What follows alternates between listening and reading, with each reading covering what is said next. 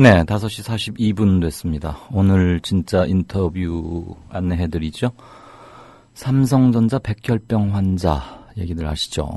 영화화된 적도 있고, 그 황상기, 아버님 황상기, 사망한 여 직원의 아버님 황상기 씨를 전화 인터뷰한 것, 저는 기억하는데 여러분들은 당연히 기억 잘 안 나실 수 있겠죠.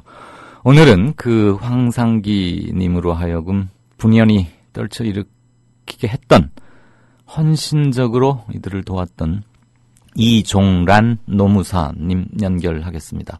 반올림이라는 단체 이끌고 있고요. 지금 삼성전자고 오늘도 교섭이 진행 중입니다. 그래서 비공식 교섭이기 때문에 앞으로의 교섭에 영향을 미칠 민감한 것들은 묻지 않고 대답하지 않는다는 조건으로, 그건 앞으로의 교섭과 협상에 있어서 중요한 것이 될 터이니까 최종 교섭 결과가 나오기 전인데 언론 매체를 통해서 인터뷰하면서 흘리는 것은 교섭 상대방에 대한 그런 게 아닐 수 있죠. 그 점은 저도 이해하고 동의하기로 했습니다. 단지 지금쯤에서 어떻게 되어가고 있는지 이런 것들을 좀 빨리 전해드리고 싶어서 인터뷰를 하게 됐고요. 그러니까 하시고 싶은 말씀 있으면 늘 글에 오셨듯이 샵 인터뷰 해서 이종란 노무사 잘들 아실 겁니다. 남기고 싶은 말씀이나 질문 남겨주시고요. 네, 게시판을 좀 보죠.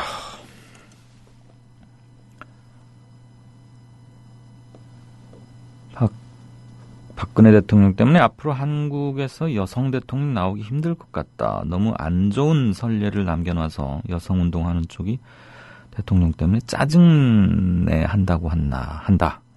한국 최초 여성 대통령이라고 등장했는데 3년 동안 한 게 하나도 없으니까 결국 역공의 빌미만 심어줘서 분통을 터뜨리고 있다고들 하네요. 특히 여성운동계에서.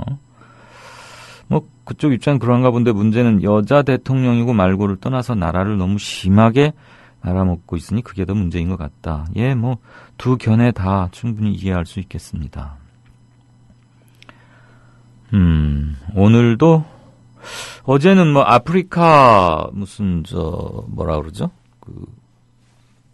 IP 아프리카 지역에 집중하셔서 아프리카에 한국말 쓰시는 분이 이렇게 많구나 했는데 오늘은 또 유럽으로 밤사이에 비행기를 타고 유럽으로들 다들 이동하신 모양입니다. 네, 굉장히 기동성도 뛰어나고 좋군요. 네.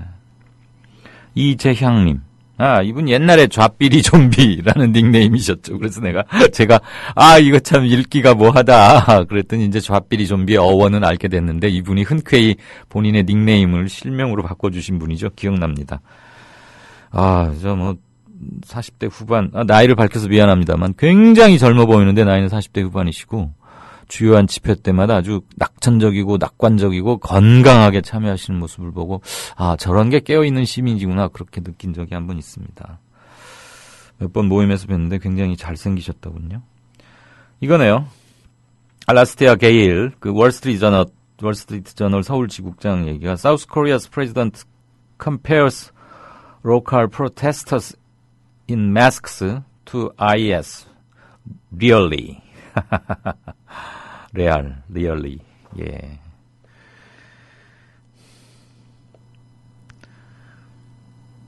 VPN을 영국으로 설정했는데 독일로 뜨나요? IP 우회하는 건 일도 아니랍니다. 그런 거 찾아봐야 의미 없어요. 그럴 시간에 붕가붕가나 하세요. 교민님? 닉네임도 그렇고 이런 저급한 단어도 막 쓰고 그러네요. 다들 보는 건데 IP 우회하는 게 일도 아니라고요? 그래요. 근데 그게 기술적으로 쉬운 건지는 모르겠는데 굳이 그렇게까지 해가면서 뭘 해야 하는지는 더더욱 이해가 안 가고요. 아무튼 IT 강국답습니다. 네.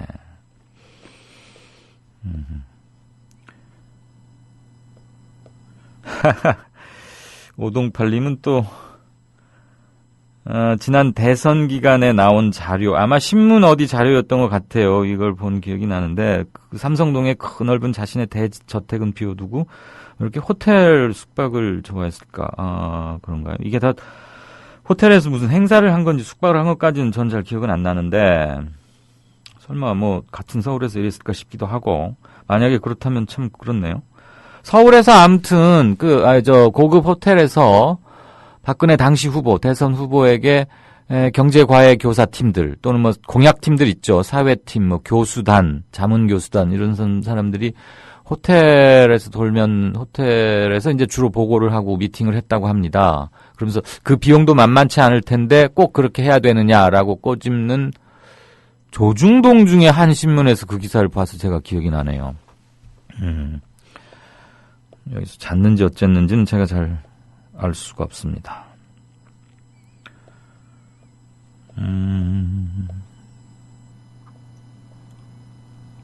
양정대 타임은 국정원 도청 때문?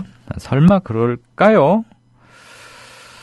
뭐 조금 전화상청이 안 좋은 데가 있었을 거고. 어쨌거나 오늘 신문들 다 보셔서 아시겠지만 99%의 도청의 99%가 국내 도청의 99%가 국정원에 의해서 운영이 되고 있는데 이걸 더하게 해달라 뭐 이런 얘기 나왔다는 건 보셨겠죠. 아침 뉴스라서 뉴스 브리핑에서는 뺐습니다.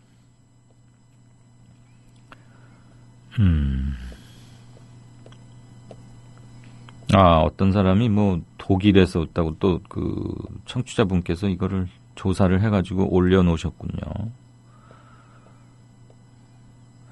아까 어떤 분이 이런 에별리고님 선풀운동 제안해 주시고 아마 그때 에별리고님 선풀운동이 정말 진정성이 느껴지고 그래서 제가 조합 게시판을 좀 이대로 두지 말자라고 일갈했던 그 기억이 납니다.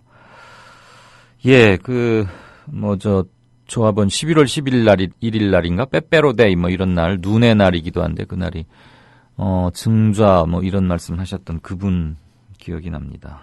이분들의 정성 이런 것들에 부응할 수 있어야 되는데 아프고 송구하기도 하고 그렇습니다. 오케이 마리님은 지금 강원도 여행 중이신 모양인데 강원도의 대설주의보 얘기는 들었습니다만 눈에다가 이강윤의 오늘이라고 아마 손가락으로 글씨를 쓰신 게 아닌가 싶고 올려주셨네요. 아유 감사합니다. 눈이 이렇게 많이 쌓였나요? 강원도 어느 도시인지는 모르겠습니다만 첫눈이 내려서 써봤습니다라는 거 사진 올려주셨네요. 역시 눈은 사람들을 잠시 좀 감상에 빠뜨리는 그런 게 있군요. 댓글들도 많이 달리고. 여주 이선비님은 가평에는 오전 10시경까지 눈과 진눈개비가 함께 내렸다고요. 정치이야기님 팟빵 게시판도 이그노어 기능이 절실하다. 무시하는 뭐 이런 거 말씀이신가요? 현재까지는 팟빵 이거를 팟빵 그 회사에서 가지고 있으니까요. 이거 IS가 뭐 나의 복수형이다 이런 말도 써놨고 어제 발음을 이걸 아이스라고 했던 모양이죠 대통령이.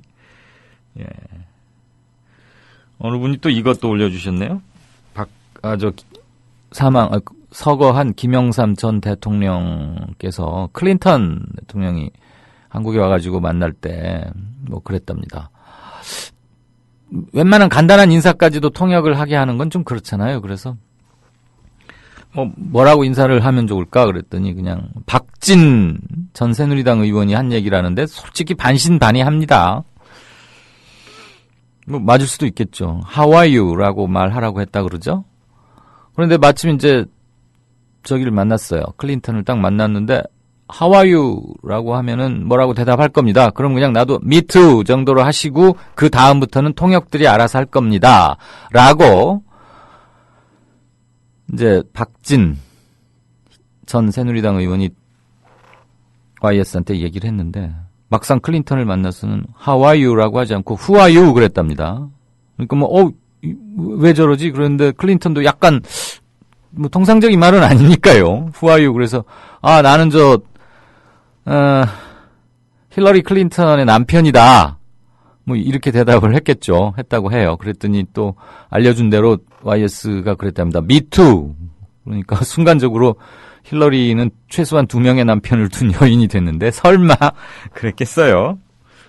이제 뭐 아시겠지만 나중에 물었대요. 박진 당시 통역 대통령한테 YS 대통령한테 왜 그렇게 How are you라고 하시라고 했는데 왜 Who are you라고 했습니까? 그랬더니 우리 부산에서는 반가운 사람 보면 이기 눕고 이렇게 말한다 아이가. 이기 눕고가 영어로 하면 후아유 아이가 뭐 이랬다는데 사실인지는 잘 모르겠습니다.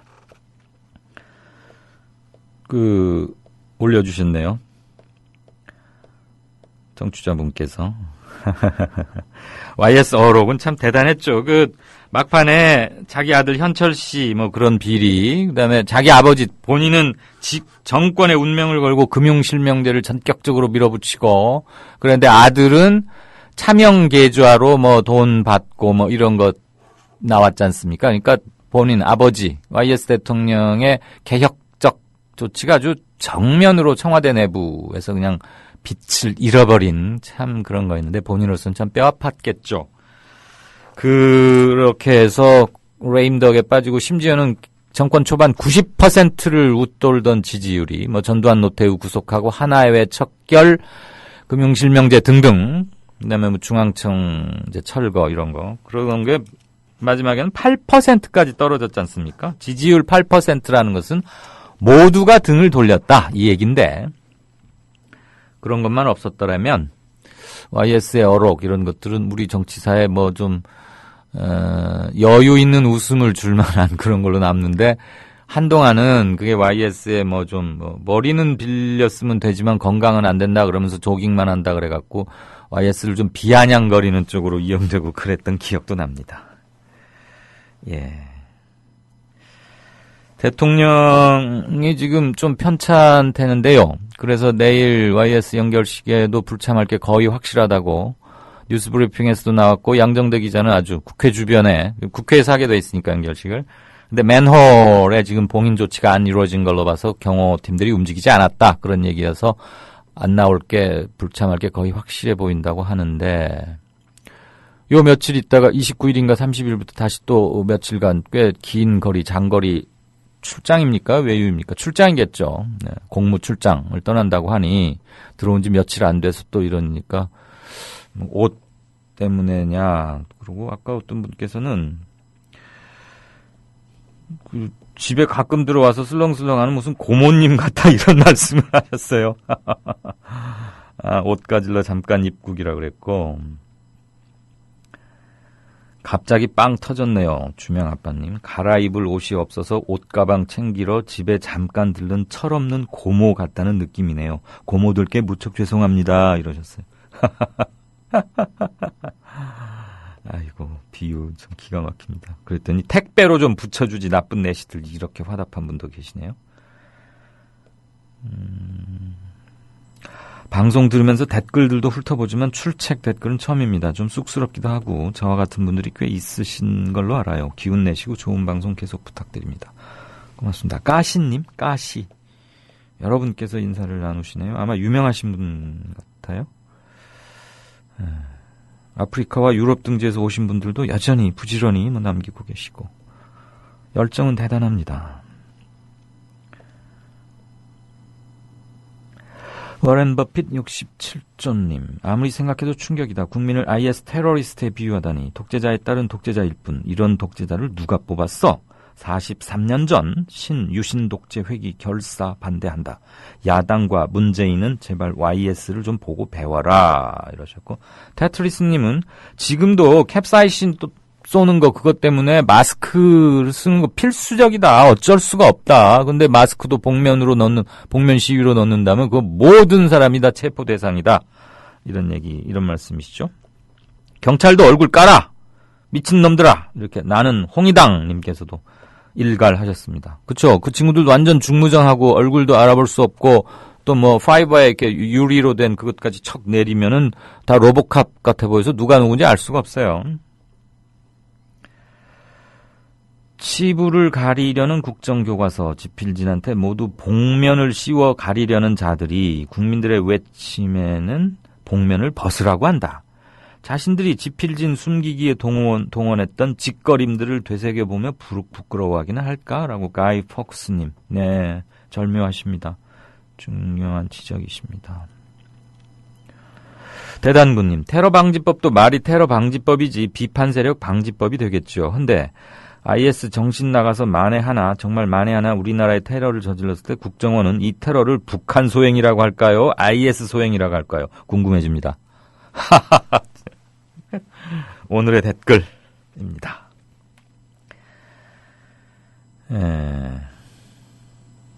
하우를 물어보는데 후로. 예. 힐러리가 좀 우습게 됐어요, 순간적으로. 자, 주신 견해들 아직 뭐 특별히 인터뷰 관련해서 주신 건 없는데 여러분들도 도중에라도 올려주시면 인터뷰 중에라도 다 반영을 하겠습니다. 네. 조선일보가 일제에 벌이는 거룩한 전쟁에 참여하라고 해서 내 학도병으로 지원했다가 죽을 뻔했다우. 6.25 때 조선일보가 국군이 연전연승하고 있다고 해서 넋놓고 있었죠. 근데 밤새 인민군이 서울을 함락시키고 후퇴할 때는 남편을 잡아갔어요.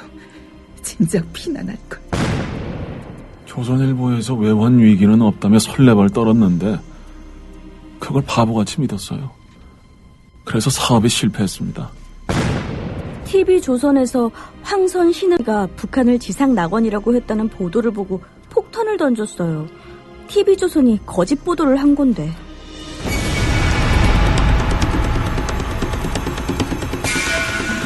이런 조선일보가 여전히 신문시장 1위를 독점하고 있습니다. 조선일보 같은 족벌신문, 수구 기득권 세력의 대변 매체에 집중된 언론 권력을 시민에게 돌려주자는 운동. 이게 바로 미디어 협동조합 운동입니다. 조합원이 아니신가요? 서둘러 가입해주세요. 조합원이신데 조합비를 아직 못 내고 계신가요? 서둘러 자동납부 신청을 해주세요.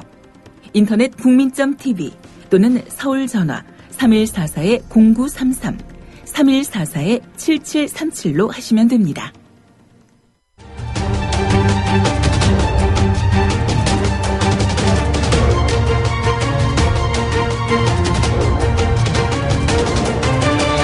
이강윤의 오늘 이제는 진짜 인터뷰입니다. 네, 이종란 노무사님 연결돼 있습니까? 여보세요? 전화가 아까 지금 뭐 농성하고 있고 그래서 조금 전화 상태가 안 좋다. 주변이 조금 배음, 서음이 들릴 것이다 이런 얘기는 들었는데 전화가 다시 끊어졌나요? 이종란 노무사님 다시 걸어보겠습니다.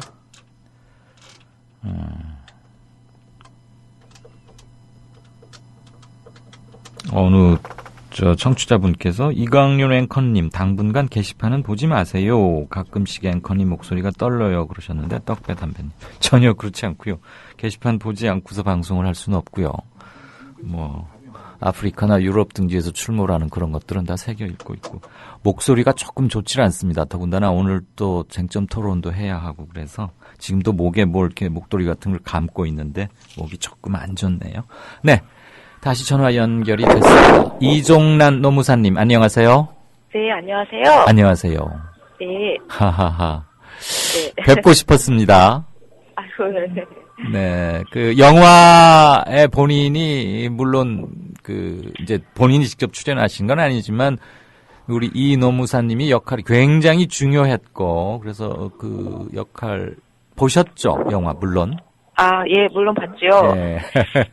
근데 목소리는 아주 뭐랄까 애띠시고 그렇게 네. 강단 있는 뭐 여성 남성을 구분하는 거 정말 성차별적인 거지만 네. 저는 이렇게까지 큰 일을 해내신 분의 실제 목소리는 이렇게 애띠시리라고는 잘 생각을 못했어요. 저 역시 어떤 편견에 사로잡힌 모양이죠. 예, 제 목소리가 많이 애띠인가요?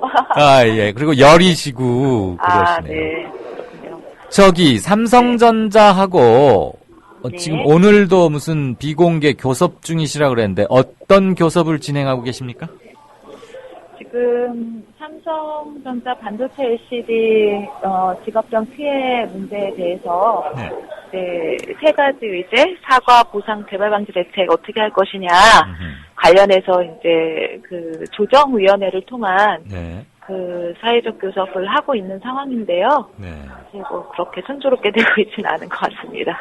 그 황상미 선생님의 따님분 그 영화의 저 주인공이기도 했고 네, 황상기. 네, 삼성전자 네, 사건을 세상에 처음 네. 알리고 기폭제가 네, 네. 됐던 그 네, 네. 결국 산재 인정 받으셨죠. 네, 그 고 황유미 씨 그 사건, 그러니까 백혈병으로 사망한 고 황유미 씨의 그 유족급여 신청 건은 네. 그 결국은 1심 서울행정법원에서도 산재 인정 판결을 받고 예.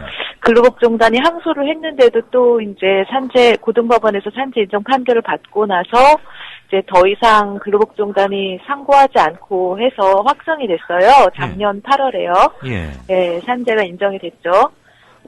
저는 네. 그래서 이게 좀 네. 참 죄송스럽고 반성됩니다만 명색이 언론인이라고 하면서 그거 보고는 그 뒤로는 황유미 씨를 포함해서 그 아버님 황상기 씨 등 피해자들이 그토록 원했던 건 돈 몇 푼의 네. 보상이 아니라 정확한 정당하고도 네. 당연한 산재를 네. 받아내는 거여서 네. 이제 뒤늦게나마 잘 됐나 보다 하고 사실 관심을 좀 못 가졌는데 그 이후의 과정을 조금 브리핑해 주시겠어요? 예. 사실 아까 말씀하신 대로 저희 반올림과 그동안 여러 피해자 가족들이 같이 힘 모아서 싸웠었던 것은 근로복지공단 국가기관을 통한 정당한 산재 인정이었어요. 네. 그래서 이것이 업무와 이 질병, 그러니까 백혈병과 삼성 반도체 작업 환경 간에 인과관계가 있다. 그래서 직업병이고, 그래서 이제 이것이 산업재해로 인정받고, 또 그런 인정을 통한 보상을 받는 거, 이렇게 돼야 된다, 이렇게 싸워왔었는데요. 네. 그것이 되게, 하여튼 삼성이 영업비밀로 가리고 여러 가지 지난한 어려움들이 있었지만, 법원을 통해서라도 뒤늦게나마 산재를 인정됐었고, 이제 그렇게 했었던 건 참 이제 좋았는데, 사실 삼성이 이 1심 판결이 산재 인정이 나고 나서 2심 판결 진행 중에, 그러니까 2심 재판 진행 중에 협상을 제안을 해왔어요. 이것이 지금 현재 진행되고 있는 이제 삼성에 의한 삼성과의 협상의 어떤 모태가 되는데요. 그러니까 사실 삼성은 이 백혈병 원고 5명, 그러니까 백혈병을 산재를 인정받고자 했었던 앞서 싸웠었던 황유미 씨 아버님 등 이분들이 결국 산재 인정 확정 판결을 받는 것을 원하지 않아서 그럼 협상을 해보자 이렇게 제안을 했었던 것인데 2심 도중에 그래서 결국은 저희 이제 황유미 씨 아버님 등 이제 피해자 가족들과 반올림이 했던 거는 이것이 국가를 통한 산재 인정, 그러니까 재판을 통한 산재 인정에 대해서 포기할 수 없다. 다만 법정 바깥에서의 그러한 대화는 가능하다 이렇게 얘기를 했고 삼성이 이를 수락해서 이제 협상이라고 하는 게 시작이 됐어요. 혹시 말씀 도중에 죄송한데 그게 그러니까 정식 재판은 진행 중이면서 밖에서 다른 채널, 다른 트랙으로 화해나 중재를 시도했다 이 말입니까? 예, 화해나 중재가 아니라 정확히 얘기하면 저희가 이걸 실부 협상, 직접 협상 이런 말을 붙였는데요. 그러니까 표현이 어떻든 간에 이제 대화를 하게 된 거죠. 이 문제에 대해서. 그래서 삼성은 이제 보상을 해주겠다 이런 방식이었고 이제 반올림과 이제 피해자 가족들은 보상뿐만 아니라 이제 사과와 재발 방지 대책이 같이 함께 이루어져야 되고 그다음에 백혈병 원고 5명뿐만 아니라 피해자들이 한두 명이 아니기 때문에 많은 피해자들에 대해서 어쨌든 전체적인 기준을 세워서 같이 책임지는 이런 방식이어야 된다고 이제 끈질기게 싸워왔었던 거예요. 그렇게 해서 그게 벌써 사실은 2003년부터 있어 왔고 2004년도에 영화 또 하나의 약속 그게 2월 정도에 상영이 되고 나서 그러니까 그때까지 이제 그렇게 이제 지난하게 싸워오다가 협상이 중단되기도 하고 했었는데 영화 또 하나의 약속 상영 이후에 2달 만에 권우현 대표이사가 이제 다시 한번 국민들 앞에서 사과 말씀 드린다. 그동안 소홀했던 이 직업병 문제에 대해서 사과를 드리고 앞으로 성실하게 이제 협의에 나가겠다 이런 약속을 해요. 네. 근데 그러면서 다시 협상 재개가 됐었던 건데 이제 또 우여곡절 끝에 이게 직접 협상이 되지 못하고 또 이제 제3자 조정기구라고 하는 조정위원회가 또 만들어지고 지금 현재는 조정위원회를 통한 그런 협상 중에 있는 것입니다. 2심 재판은 그대로 진행은 되고요. 예, 2심은 2014년도 결국 8월 21일 날 그 2심 판결을 받았고 그대로 진행이 됐고, 네. 그것이 근로복지공단에서 더 이상 상고를 진행하지 않아서 그래서 확정이 된 것입니다. 네, 그럼 네. 그러니까 3심까지는 가진 않고 근로복지공단이 산재 맞다는 것을 1심, 2심의 판결을 받아들이겠다 하고 일단 끝났고. 그렇죠. 확정이 됐고. 네, 삼성전자도 그거는 인정을 하고 받아들이는 거고. 예. 그거는 이제 판결에 당연한 의해서 거죠. 결정이 그거 뭐 된 받아들이고 거니까. 말고 할 그 선택권이 삼성전자에 있는 게 아니니까 법의 판결은 네네. 당연히 강제성을 갖는 거고요. 네. 그러면 중요한 고비는 하나 넘겼다고 보는데 그 이후로 삼성과의 지금 협상, 예. 조정이란 말씀을 주셨는데 그게 이렇게 아직도 뭐가 풀어야 할 뭐가 또 많이 남아 있나요? 최대 쟁점은 뭔가요? 네. 조금 전에도 얘기했듯이 결국 세 가지 의제를 어떻게 잘 해결하느냐의 문제인데. 재발 방지 이런 거. 예, 재발 방지 대책과 이제 그 배제 없는 보상, 그다음에 진심 어린 사과, 투명한 재발 방지 대책 이렇게 세 가지로 얘기를 하고 있어요. 네. 근데 이제 그게 삼성과 저희와의 입장 차이가 좀 상당히 아직도 큰 상황입니다. 안타깝게도. 네. 이제 특히 어떤 부분이 그러냐 하면, 그러니까 이것을 저희들은 결국은 이제 이 약속이 제대로 지켜지기 위해서는 네. 이것이 어떤, 사회적인 교섭? 그러니까 이제 이 절차적으로도, 그러니까 삼성 일방에 의한 것이 아니라 어떤, 이 사회적 대화의 그런 어떤 협상, 사회적 대화를 통한 그러한 약속, 이렇게 하는 방식을 원하고 있어요. 한마디로 현재는 조정위원회를 하고 있는데 그렇다면 조정위원회에서 조정 권고안을 이제 내놓았거든요. 올해 7월 달에. 예. 그러면 그 조정 권고안을 큰 틀에서 좀 수용을 하고 그를 통해서 해결해 나갔으면 좋았을 텐데 삼성이 이 조정 권고안에 대해서 이제 흠집내기를 하고 또 조정위원회에도 흠집내기를 하고 반올림 또한 굉장한 이제 언론 플레이를 통해서 되게 왜곡된 그러한 흠집내기를 하더니 이제 삼성이 자신들이 일방적으로 보상위원회라는 걸 독단적으로 또 만들었어요. 9월 달에. 네. 그래서 조정위원회에서 내놓은 사과보상 재발방지 대책에 대한 권고안을 수락하기는커녕 삼성이 자신들이 자체 내부 보상 기준에 따라서 보상위원회를 통해서 보상하겠다고 그걸 보상을 집행해버리고 있는 상황이에요. 일방적으로요? 예, 그러니 지금 사회적 대화라고 하는 것이 완전 실종된, 지금 오늘 조정위원회가 있었지만, 네. 삼성이 좀 되게 형식적으로 임하고 있는 상황입니다. 그러니까 오늘의 조정의 방식은, 그러니까 같은 자리에서 삼성전자와 반올림, 가족대책 같은 자리에서 조정을 하는 그런 상황은 아니었고, 예. 조정위원회가 조정위원회가 반올림 따로 삼성전자 따로 이런 방식으로 보는 방식이어서 네. 오늘 조정에 삼성이 어떤 태도로 임했는지를 지금 확인할 수는 없어요. 네.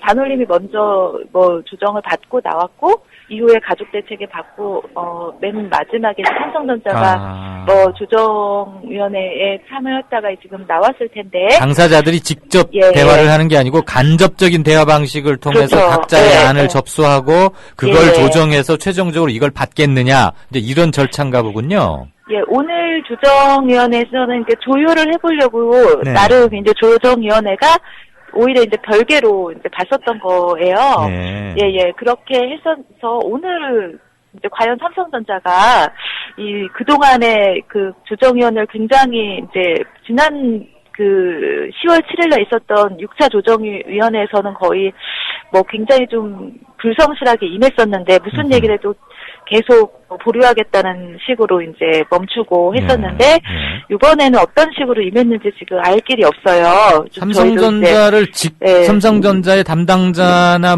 책임 있는 임원을 직접 만나지 않기 때문에 만날 수 없는 지금 조정 방식이기 때문에 삼성전자의 정확한 스탠스를 알기는 힘들다 이 말씀이시죠? 예, 그러니까 오늘 잠깐만요, 조정, 이노무사님. 잠깐만요. 네, 지금 네. 저도 쫑긋하고 들어서 이런 스토리구나 하고 이제 우리가 또 법률 지식이 잘 없는 문제도 있을 수 있고요. 네. 상당히 스토리가 복잡하는데 들으시는 분들도 좀 그러실 것 같아요. 원래 그 지금 조정의 주체가 누굽니까? 누구 주관으로 하고 있는 거죠? 조정위원회라고 하는 3인의. 그러니까 그 조정위원회가 사법부예요? 아니면 행정부예요? 뭐예요? 그런 것이 아니라요. 네. 임의로 당사자들끼리 만든. 임의조정이죠. 예. 네. 그러니까 저희가 직접 협상을 하다가 네. 사실은 작년 8월 말 이후에 좀 아픔을 겪었어요. 저희와 같이 예. 그 반올림 측 협상단에 임하고 있었던 피해자 가족 중에 일부가 네. 이제 이것이 시간이 지연되는 문제 그리고 삼성이 이제 뭐 우선 보상이라고 하는 것들을 던지면서 이제 그러면서 이제 피해자들이 일부 갈라져서 나왔고 그러면서 가족 대책위를 구성을 했거든요. 그분들이 말하자면 삼성 측의 금전 이런 것들 때문에 좀 피해자들의 전선이 깨지고 신속한 보상이라는 거를 좀 수용한 그러니까 피해자들의 동일 전선이 깨지고 일부 균열이 왔다 이 말씀이시죠? 예. 그런 일부 6 피해자 가족이 그러니까 중에 6 피해자 가족이 이제 처음으로 조정위원회를 제안을 했었어요. 네. 그래서 제3자 조정위원회를 통해서 해결을 해보자 하고 삼성전자와 합의를 봤었던 게 지금 현재 조정위원장인 김지영 변호사 전 대법관 출신의 네네. 김지영 변호사님을 그러니까 조정위원장으로 앉히고 그 조정위원장이 다시 2명의 조정위원을 꾸려서 네네. 이 3명의 조정위원으로 구성된 조정위원회를 통해서 앞으로 협상을 진행해보자 이렇게 됐었던 거예요. 자, 간추리자면 법원에서 흔히 그 정식 제소 이전에 화해나 조정, 중재 이런 그런 거에 따른 조정위원회는 아니고 이 사건 당사자들끼리 만든 조정위원회니까 이게 국가 공적인 기관이나 법에 의거해서 권위를 위임받거나 부여받은 것은 아니지만 당사자들이 만들었고 전직 대법관으로 하여금 맡아주시게 하고 하니까 적어도 이 사건 관련자들 사이에서 내려지는 조정의 효력은 충분한 법적 효력을 가질 수 있다. 이렇게 이해하면 됩니까? 법적 효력까지는 아니고요. 당사자들이 동의해야 효력이 발생하는 거는 그러니까 동의한다는 전제하에. 끝까지, 동의하면 그것이 하나의 그 임의적인 어떤 조정기구로서 동의하에 받아들여지고 수락하고 이러한 상황인 거죠. 그래서 개인들 간의 협약 그런 문제는 아닌 거예요. 개인들 예. 협약 그러니까 최종 조정안에 모두 다 3자가 합의를 해서 사인을 하면은 그것은 민사상의 계약의 효과를 얻을 수는 있겠네요. 그렇죠. 그래서 그런 절차를 이제 부득이하게 당사자가 협상이 좀 안 되니까 그런 방식을 해보자고 했을 때, 그 처음에 저희 반올림에서는 사실 이게 당사자 협상도 잘 안 되는데 제3자가 이렇게 한다고 한들 그러니까 삼성의 태도 변화가 있어야지 이게 협상이 성실하게 잘 되는 것인데 그러지 않고 이제 제3자만 된다고 해서 이게 잘 되겠느냐 하면서 처음에는 사실 직접 협상을 회피할 어떤 목적으로 삼성이 조정위원회를 끌어들이겠다 이렇게 생각을 해서 처음에는 어느 정도 반대를 했었다가 또 이것이 다시 한번 저희들이 잘 또 신중하게 토론을 하고 결정을 해서 이 대타협 그러니까 같이 조정위원회를 통해서 그야말로 성실하게 다시 한번 협상을 해보자. 그동안에 지난한 과정은 있었지만 그래서 그렇게 조정위원회에 저희도 참여를 하게 됐었던 것이고 그래서 작년 12월부터 올해 지금 현재까지 이제 그런 조정위원회를 통해서 협상을 하고 있는 상황인데 올해 7월 달에 7월 23일 날 이제 조정위원회가 처음으로 이제 조정 권고안을 내놔요. 그래서 그 조정 권고안의 내용은 드디어 이제 삼성에는 어떤 내용을 어떤 방식으로 이제 사과를 하는 게 좀 현명한지 그리고 보상의 대상이나 보상 범위 이런 것들은 어떻게 하는 것이 바람직한지 그리고 재발 방지 대책에 대해서도 마찬가지로 아주 구체적으로 뭐 옴부즈만 제도를 통한 해결이라든지 이런 여러 가지 내용들을 내놓는데 네. 이러한 사과 보상 재발 방식, 즉 특히 예방과 보상에 대한 절차를 조정해내는 공익법인이라고 하는 삼성으로부터 어느 정도 독립적인 기구를 설립을 해서 그 독립적인 삼성이 공익법인이라고요? 그건 아닌 것 같고. 아니요, 그게 아니고 조정 권고안의 내용의 핵심 골자였었던 것은, 그러니까 삼성이 직접 보상을 하고 직접 예방을 수행하는 것이 아니라 네. 이런 중간에 제3기구인 독립성을 인정할 수 있는 독립성을 인정할 수 있는 공익법인을 만들어서. 두어서 네. 예. 그러니까 삼성이 기금을 출연을 하되 네. 그 실제 보상과 예방 대책을 실현하는 주체는 공익법인이 이렇게 할 수 있도록 하는 조정 권고안을 내놨었거든요. 네네. 참 조금 좀 정리를 해주셨으면 좋겠는데 원래 상당히 스토리가 길고 이거 좀 또 시간도 오래 걸린 일을 전혀 순수한 사람들에게 간추려서 전하시기가 의외로 좀 까다롭고 복잡하시죠. 왜냐하면 본인은 다 알고 있는 거를 조금 건너뛰면 듣는 사람은 모를 수 있으니까. 자, 지금 현재 삼성 측과 유가족 측 사이에 가장 큰 차이점을 벌이고 있는 부분은 어디입니까? 견해 차이. 저희 이제 피해자 가족 반올림과의 큰 견해 차이에 대해서는 저희는 일단은 지금 현재는 삼성이 성실하게 협상에 임하기를 바라고 있어요. 그러니까 사회적 대화라고 하는 그 형태에 대해서 삼성이 지금은 사실 그 협상 자체를 하지 않으려고 하고 있거든요. 예, 지금 현재는 그런 모습이에요. 그러니까 그래서 그걸 성실하게 임해라. 그래서 간극을 좁혀서 결국에는 약속을 하고 그것이 보상과 예방 대책의 제도를 실현될 수 있도록 하는 것이 신속하게 할 수 있는 것이 필요한데 삼성은 그걸 일방적으로 그냥 알아서 하겠다는 태도이거든요.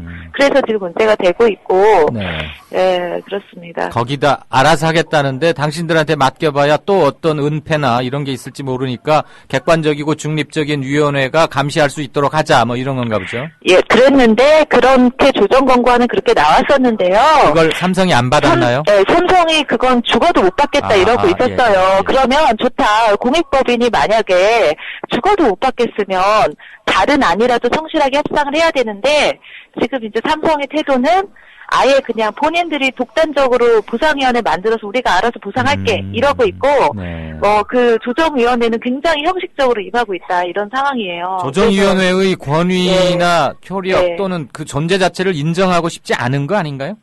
예, 그렇게 지금 지난 느껴진다. 9월, 10월 계속 그렇게 태도를 보여와가지고. 근데 조정위원회를 만들 때 삼성도 동의했을 거 아닙니까? 그렇죠. 지금 저희가 참 사실 어처구니가 없는 것은 그 조정위원회를 끌어들인 장본인은 사실 삼성과 가족대책인데 지금은 삼성과 가족대책위가 조정위원회에 굉장히 이제 그만해라는 식으로 임하고 있는 건 아닌지, 그것이 이제 왜곡된 언론 플레이였으면 좋겠는데, 그래서 사실 오늘 조정위원회 회의에서 어떤 태도를 보였는지가 사실 저희도 굉장히 하나만 궁금합니다. 네, 하나만 여쭙겠습니다. 삼성과 가족대책위가 혹시 직거래를 한 흔적 그런 건 그런 거를 저한테 물으신다면 제가 알 수 있는 방법은 없고요. 아니, 두 측이 갑자기 미온적으로 돌아섰다니까. 근데 뭐 분명한 것은 가족대책위가 지금 분열돼 있다면서요. 그러니까 지금 가족대책위가 분열됐다는 말씀은 뭐 지금 가족대책위 중에 또 일부는 처음에 얘기했었던 거는 반올림 협상단으로 임하고 있었던 그 피해자 가족 8명 중에서 이 6명의 피해자 가족이 이제 중간에 그러한 그 가족 대책위를 별도로 구성해서 나갔었다는 얘기고요. 지금 현재 이제 삼성이 독단적으로 보상위원회를 만든 시점부터는 이 6가족 중에서 또 한 분인 그 정혜정 씨가 균열. 따로 나와서 지금 현재 그 독단적 보상위원회에 대한 문제점을 지적하면서 농성 중에 있어요. 지금 그리고 저희 반올림 또한 지금 삼성이 약속했던 사회적 대화에 대해서 성실하게 임하지 않고 이제 그래서 이 지점에서 여론과 언론 이런 것들이 도움이 필요한 상황으로 여겨집니다. 네. 자, 어쨌거나 반도체 LCD 공정 생산 공정 라인에서 백혈병을 유발하는 어떤 게 있다는 것은 적어도 공식적으로 확인된 거 맞죠? 네, 벤젠과 포르말데히드, 전리방사성 같은 물질들이 존재하고 노출된다는 게 확인이 됐었는데요. 그럼 앞으로도 계속 환자가 나올 수밖에 없다는 얘기 아니겠습니까? 예, 그런데 이제 그것이 노출 수준이 미미하다. 그래서 거의 영향이 없다는 식으로 삼성전자는 주장을 하고 있을 텐데, 예. 네, 그러한 특정 시점에서의 어떤 그런 환경과 또 실제 일하는 환경이 좀 다를 수도 있고, 그리고 지금 백혈병뿐만 아니라 지금 되게 수많은 질병들이 있거든요. 그러한 병들이 설령 지금 현대의학이나 현대과학에서 모든 게 다 명백하게 밝혀진 그런 상황은 아니라 하더라도 충분한 개연성을 가지고 삼성이 좀 지는 모습으로 알겠습니다. 또 사전 예방할 수 있는 방식으로 접근하는 것이 현명한 방법이라고 생각합니다. 충분히 그동안 반올림을 이끌어오시고 황유미 양의 케이스를 공론화시켰던 이종란 노무사님으로서는 당연히 제기하실 수 있는 말씀이라 생각이 들고요. 이 대목에서 하이닉스 측은 이게 지금 의학적으로 뭐가 법률적으로 하기 전에 우리가 다 전현직 보상하겠다 이렇게 나왔다고 오늘 오후에 뉴스가 뜨는 걸 보고 좀 전향적이다 생각을 했는데 이 부분은 나중에 또 별도의 것으로 한번 인터뷰를 하고자 하고요. 네네. 바보 천사라는 닉네임을 쓰시는 청취자분께서 5시 57분에 속초 사는 사람입니다. 황상기 아버님, 그러니까 영화 또 하나의 황유미 양의 아버님이시죠. 저하고 인터뷰를 했는데 그분이 택시 운전하시는데 가끔 봅니다. 캔커피라도 하나 꼭 전해드리고 응원하는 편인데요. 웃는 얼굴 보기가 참 힘드신 분이세요. 자식을 가슴에 묻었으니 어찌 그러지 않겠어요. 그러면서 황상기 아버님과 그 아버님들, 유가족들을 돕는 반올림, 그리고 이종란 노무사님께 깊이 감사드린다고. 일반 시민이 반올림에 힘이 되어드릴 수 있는 방법이 무엇일까요? 좀 부탁했는데 반올림 홈페이지 같은 거 있으세요? 예, 저희 다음 카페가 홈페이지이고요. 예, 카페.다음.net, 삼성 네이버 이렇게. 그 다음 카페에서 반올림이라고 치면 되겠죠. 네. 거기에 가면은 아마 도움에 참여하실 수 있는 방법 아시리라 생각합니다. 오늘 인터뷰 마치는데요. 영화 또 하나의 약속 오리지널 사운드 트랙에서 열리목의 회상 들으면서 작별하겠습니다. 오늘 복잡한 히스토리 짧게 설명해 주셔서 고맙습니다. 네. 11월 25일 수요일 순서 이걸로 마치겠습니다. 내일 다시 뵙겠습니다. 들어주셔서 대단히 감사합니다. 이강윤이었습니다.